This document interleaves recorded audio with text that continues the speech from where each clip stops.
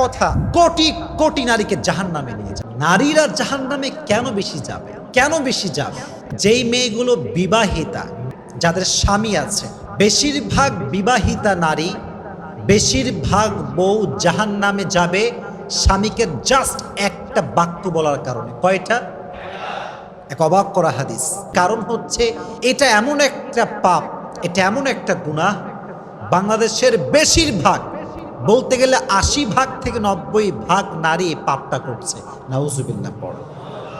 বেশিরভাগ নারী তার স্বামীকে একটা কথা অলওয়েজ বলে। বেচারা স্বামী সারাটা জীবন স্ত্রীর জন্য খাটে, পায়ের নিচে ফোসা পড়ে যায়, মাথার ঘাম পায়ে ঝরায়, সারাটা দিন রোদের ভেতরে কাজ করে বেড়ায়, সারাটা জীবন সে তার স্ত্রীর খেয়াল রাখে। কোনো একটা দিন সামান্য চুল পরিমাণ যখন কম হয়ে যায়, তখন নারী বলে, কি তুমি আমার জন্য জীবনে কি করলা? তুমি আমার জন্য কি করেছো আজ অব্দি? কিছুই তো করো নাই।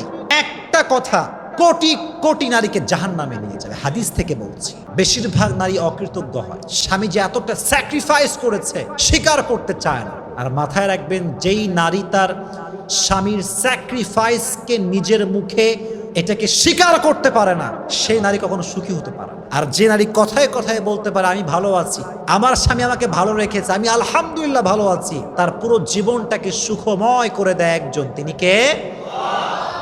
এজন্য বোনদেরকে বলছি, বোনেরা মাথায় রাখবেন, স্বামী হচ্ছে এমন একটা জাত, স্বামীরা সবসময় মুচকি কথার, মুচকি হাসির পাগল হয়, আর মিষ্টি কথার পাগল হয়। আল্লাহ সবাইকে মিষ্টি মিষ্টি কথা বলার তৌফিক দান করুক। সকলেই পড়া আমিন।